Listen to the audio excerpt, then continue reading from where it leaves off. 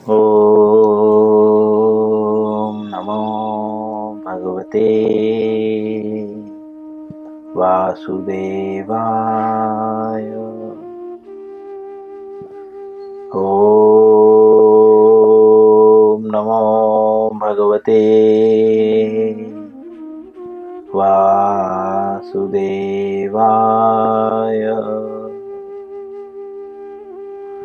ॐ नमो भगवते वासुदेवाय।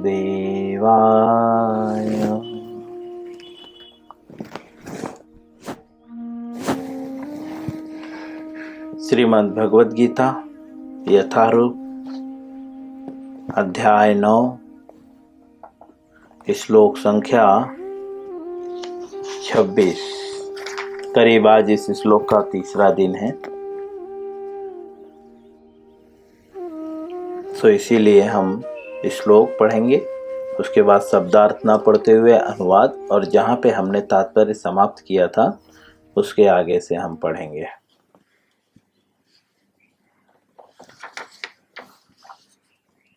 सभी लोग मेरे पीछे श्लोकों को दोहराने का प्रयत्न करें। ये बहुत महत्वपूर्ण श्लोक है। श्री भगवान वाच, भगवान जो है अर्जुन को बताते हैं, पत्रम पुष्पम फलम त्वयं यो मे भक्त्या प्रयच्छति तदहं भक्त्युपहृतम् अस्रामि प्रयतात्मनः। पुनः पत्रं पुष्पं फलं तोयं यो मे भक्त्या प्रयच्छति तदहं भक्त्युपहृतम् अस्रामि प्रयतात्मनः। पुनः पत्रं पुष्पं फलं तोयं यो मे भक्त्या प्रयच्छति तदहं भक्त्युपहृतम् अस्रामि प्रयतात्मनः।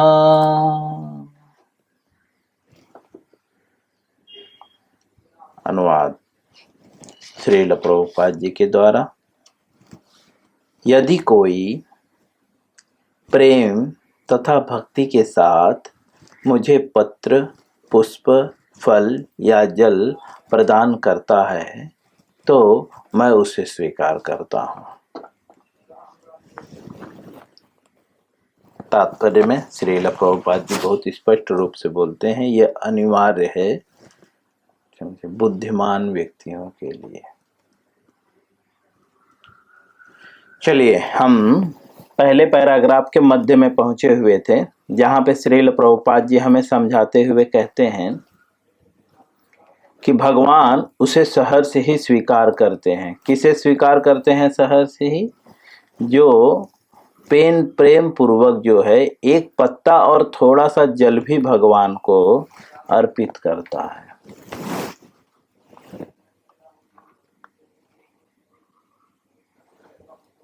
श्रील प्रभुपाद जी आगे लिखते हैं, अतः किसी को भी जो है कृष्ण भावनामृत से रोका नहीं जा सकता, क्योंकि यह विधि इतनी सरल है।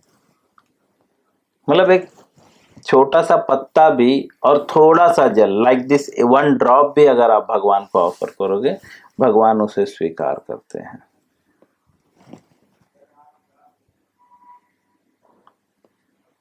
तो इसीलिए बोलते हैं किसी को इससे रोका नहीं जा सकता, क्योंकि यह सरल है और व्यापक है। व्यापक मतलब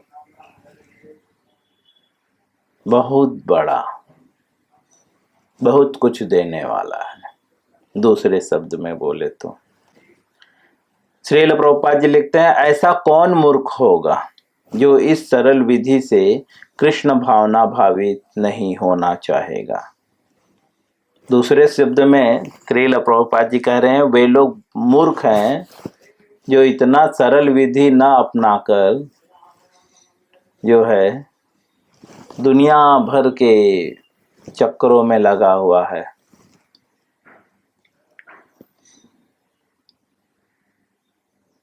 तो ऐसा कौन मूर्ख होगा जो इतनी सरल विधि को जो है नहीं अपनाना चाहेगा और सच्चिदानंद में जीवन की परम सिद्धि नहीं चाहेगा।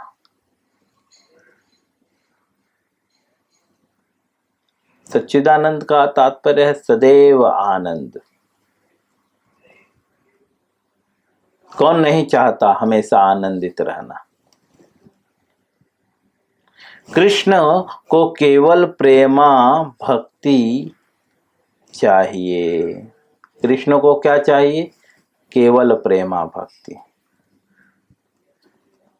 और कुछ नहीं।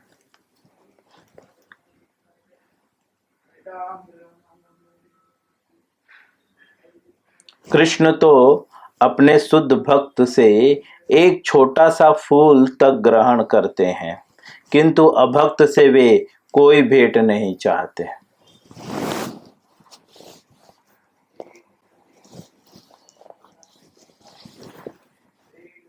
प्रभुपाद जी लिखते हैं कृष्ण जो है अपने भक्तों से जो है एक छोटा सा भी भेंट ग्रहण करते हैं, और जो अभक्त हैं उनसे जो है कोई भी भेंट नहीं चाहते। अभक्त कौन है? जो भक्त नहीं है।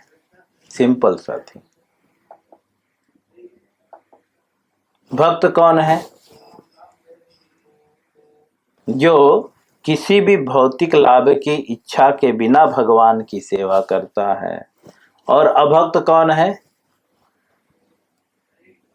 जो स्वयं के लाभ की इच्छा से भगवान की सेवा करता है, वह भक्त है। इसीलिए हमने देखा है हाकला की आचार्य लोग तो वे तो बहुत शुद्ध भक्त हैं, लेकिन वो अपने को अभक्त बताते हैं और कहते हैं आमार जीवन सदा पापे रत नाही र पुण्य लेस। बोलते हैं मेरा जीवन जो है सदा पाप में रत है। पाप क्या है? हम पढ़ चुके हैं। इंद्रिय विषयों के विषय में सोचना, यही पाप है। यहीं से पाप जन्म लेता है। ध्यायतो विषयान पुंसान संगते सुपजायते संगत संजायते कामो काम क्रोधो भी जायते। और भगवद गीता में बाद में बताते हैं काम जो है ये सर्वभक्षी पापी शत्रु है।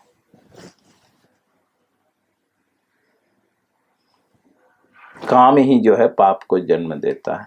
और पाप के कारण क्या होता है? पाप के कारण जीव जो है सदा ही कष्टों से घिरा हुआ रहता है। पाप ही कष्टों का कारण है, दुख का कारण है, बीमारियों का कारण है, रोग का कारण है, दूसरे के द्वारा दिए गए कष्टों का कारण है पाप ही।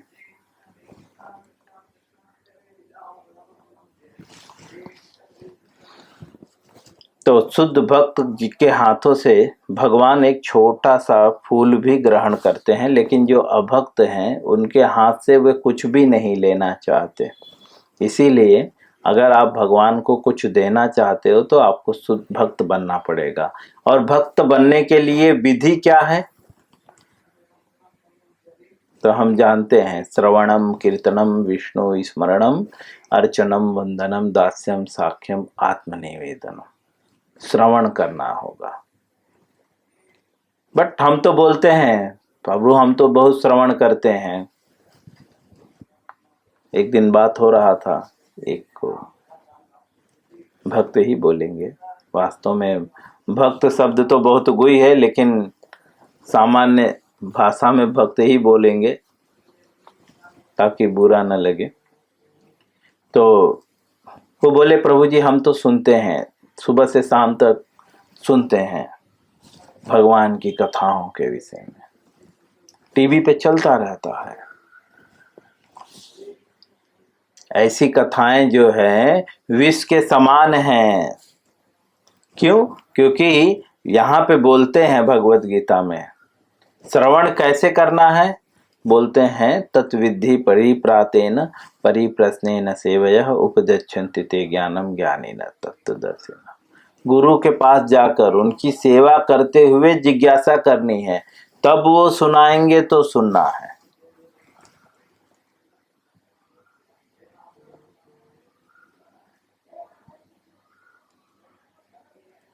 बिना सेवा किए ज्ञान प्राप्त नहीं हो सकता।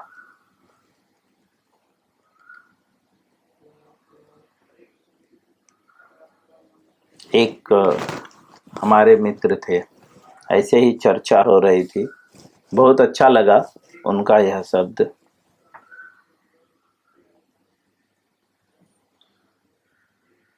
बोले, उन्होंने ऐसा, हम ऐसे ही बातें कर रहे थे तो वे बोले कि प्रभु, इंडिया में पैसे से ज्ञान प्राप्त होता है, लेकिन भारत में जो है सेवा से ज्ञान प्राप्त होता है। तो मैंने बोला फिर दोनों में फर्क क्या है? ज्ञान तो प्राप्त हुआ। बोले जो पैसे से ज्ञान प्राप्त होता है वह तो खुद ही मिट जाता है कुछ समय में और हमें भी मिटा देता है। हम भूल जाते हैं कि हम शरीर हैं या आत्मा है। लेकिन जो सेवा से ज्ञान प्राप्त होता है वो सदैव याद होता है और हमारी याददाश्त को जो हम भूल चुके हैं कि हम शरीर नहीं आत्मा है, यह हम भूल चुके हैं, ये पुनः याद दिला देता है जो सेवा से ज्ञान प्राप्त होता है।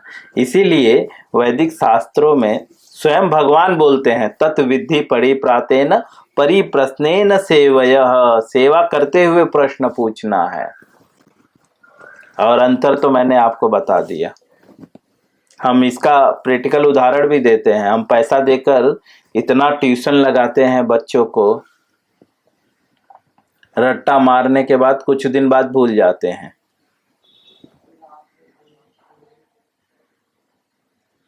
लेकिन वही जो बच्चा सेवा करते हुए ज्ञान प्राप्त करता है, जो चाचा मामा दादा जो सेवा करते समय उसको जो सिखा देते हैं ना, वो उसे याद हो जाता है। ये प्रैक्टिकली है। हमें वो चीजें आज भी याद हैं जो हमने सेवा करते समय, माँ की सेवा करते समय जो माँ ने कहा था, वो बातें आज भी याद हैं। लेकिन स्कूल की बातें हमें नहीं याद हैं। क्यों? क्योंकि वहां पे धन था। बहुत गहरी बात उन्होंने बोली, भारत और इंडिया वाली।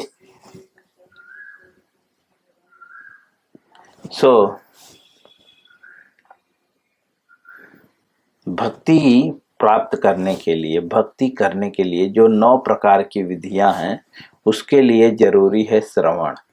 पहला कदम है श्रवण। लेकिन श्रवण कैसे किया जाए?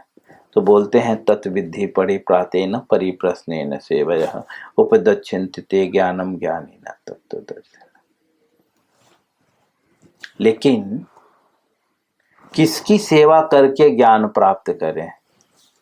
कैसे पता चले कि हम इनकी सेवा करें? तो बताते हैं। अर्जुन पूछता है कैसे पहचाने हम कि इनकी सेवा करें? तो बताते हैं प्रजहाति यथा कामान सर्वान पार्थ मनोगतान आत्मनेव आत्मन तुष्ट स्थिति प्रज्ञस्य दोच्यते। जो आध्यात्मिक चेतना में लीन है उसके लक्षण क्या हैं, या जिससे ज्ञान प्राप्त करना है उसके लक्षण क्या होने चाहिए? बोलते हैं आत्मनेव आत्मन तृप्त, अपने आप में तृप्त होना चाहिए। और बोलते हैं मन के आधार पे नहीं चलना चाहिए। सर्वान पार्थ मनोगतान, मन से उत्पन्न होने वाली सभी प्रकार की कामनाओं का वो परित्याग कर देता है। त्रय तापों के होने पर भी वो प्रभावित नहीं होता। चाहे उसे कोई गाली दे, मारे, निंदा करे, उससे उसको इफेक्ट नहीं पड़ता। सर्दी, गर्मी, ठंडी, उसे बुखार भी हुआ रहे तो उसे फर्क नहीं पड़ता। ऐसे व्यक्ति के मुंह से श्रवण करना चाहिए, ऐसे व्यक्ति की सेवा करते हुए श्रवण करना चाहिए। क्यों? क्योंकि यहाँ पे बताते हैं कि भगवान जो है भक्तों के हाथ से छोटी सी छोटी भेंट भी ले लेते हैं, एक पत्ता ले लेते हैं, एक फूल तक ले लेते हैं, लेकिन अभक्त के हाथ से कुछ भी ग्रहण नहीं करना चाहते, कोई भी भेंट नहीं चाहते। उन्हें किसी से कुछ भी नहीं चाहिए, क्योंकि वे आत्मतुष्ट हैं। भगवान को किसी से कुछ भी नहीं चाहिए क्योंकि वे आत्मतुष्ट हैं। तो भी वे अपने भक्तों की भेंट प्रेम से, स्नेह के विनिमय से स्वीकार करते हैं। बोलते हैं तो भी भगवान को कुछ चाहिए नहीं, सब कुछ तो भगवान का ही है। भोक्ता राम यज्ञ तपसाम सर्वलोक महेश्वरम। भगवान सारे लोकों के स्वामी हैं, भोक्ता हैं वे।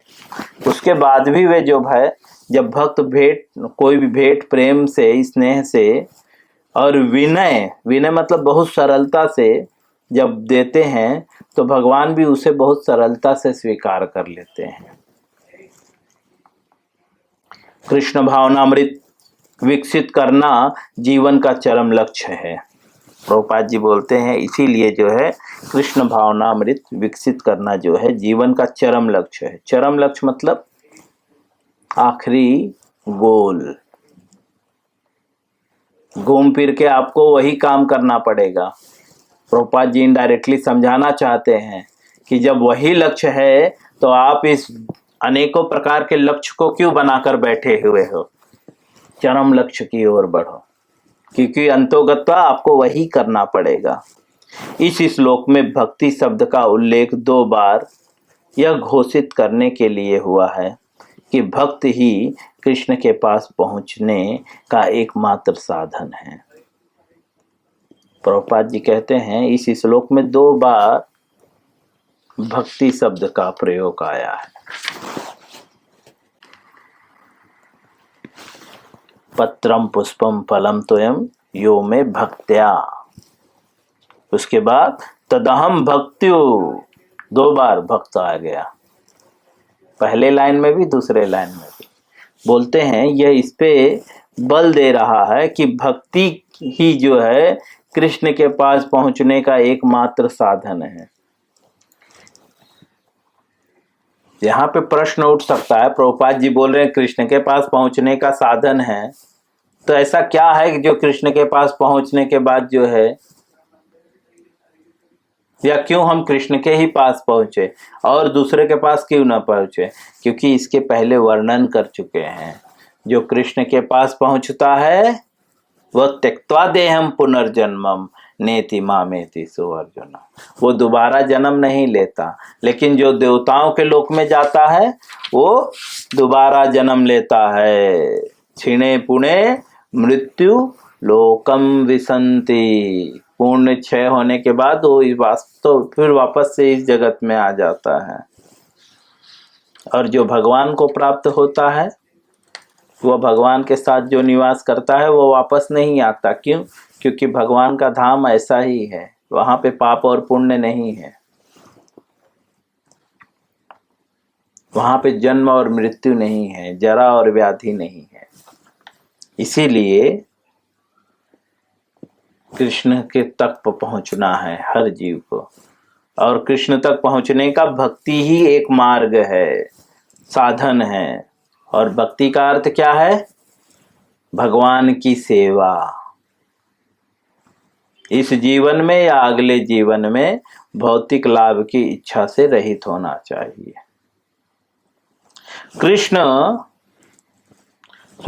किसी अन्य शर्त से, यथा ब्राह्मण, विद्वान, धनी या महान विचारक होने से कृष्ण किसी प्रकार की भेंट लेने को तैयार नहीं होते। आप प्रभुपाद जी क्लियर कर रहे हैं कि कोई भी शर्त नहीं, अन्य कोई भी शर्त नहीं, केवल भक्ति के द्वारा भगवान सब कुछ स्वीकार करते हैं, अन्य कोई भी शर्त नहीं। जैसा कि आप ब्राह्मण हो गए, बहुत ब्राह्मण हो, बहुत विद्वान हो, बहुत धनी हो, तो ऐसा नहीं है कि बहुत धनी रहोगे तो भगवान स्वीकार कर लेंगे, बहुत विद्वान रहोगे तो भगवान तुमसे स्वीकार कर लेंगे, और बहुत विचारक रहोगे तो भी भगवान आपको स्वीकार कर लेंगे। बोलते हैं ऐसा नहीं, कृष्ण किसी भी भेंट लेने को तैयार नहीं होते। अगर आप ब्राह्मण हैं, विद्वान हैं, महान विचारक हैं, ऐसे लोग से भी भगवान जो है भेंट लेने को तैयार नहीं होते। बस एक ही साधन है भगवान को भेंट अर्पण करने का, वह है भक्ति। भक्ति ही मूल सिद्धांत है, जिसके बिना वे किसी से कुछ भी लेने के लिए प्रेरित नहीं किए जा सकते। बोलते हैं बिना भक्ति के जो है भगवान को जो है कुछ भी लेने के लिए प्रेरित नहीं कर सकते। केवल भक्ति, भक्ति कभी अहेतु की नहीं होती। यह शाश्वत विधि है। अहेतु की मतलब बिना हेतु के भक्ति नहीं होती। यह शाश्वत विधि है। शाश्वत मतलब प्रैक्टिकल। आप ये मत समझिए कि भक्ति मतलब वो बोलते हैं ना आजकल भगवान तो भाव के भूखे हैं, भाव से खिला दीजिए, और खुद पनीर खा रहे हैं और भगवान को भाव खिला रहे हैं। तो ये इसीलिए यहाँ पे बोलते हैं कि हेतु की नहीं है, मतलब बिना दिए कुछ भी नहीं है। भक्ति में देना पड़ेगा भगवान को। भक्ति का अर्थ ही है बिना भौतिक लाभ की इच्छा के भगवान को देना पड़ेगा। यह पर ब्रह्म की सेवा में प्रत्यक्ष कर्म है। बोलते हैं पर ब्रह्म, पर ब्रह्म अर्थात भगवान श्री कृष्ण की सेवा में जो है प्रत्यक्ष दो चीजें, अप्रत्यक्ष और प्रत्यक्ष। प्रत्यक्ष मतलब फेस टू फेस, अप्रत्यक्ष मतलब पीछे। तो यह जो है पर ब्रह्म की सेवा अर्थात भगवान की सेवा या कृष्ण की सेवा प्रत्यक्ष कर्म है, फेस टू फेस भगवान की सेवा है। अगर भक्ति है तो, अगर भक्ति नहीं है तो भगवान चाहे आप कितना भी विद्वान ब्राह्मण हो जाओ या कितना भी धनी हो जाओ या कितना भी जो है महान विचारक, विचारक मतलब जो शास्त्रों पे विचार विमर्श करते हैं, लोगों को उपदेश देते हैं, लेकिन आपके अंदर भक्ति नहीं है तो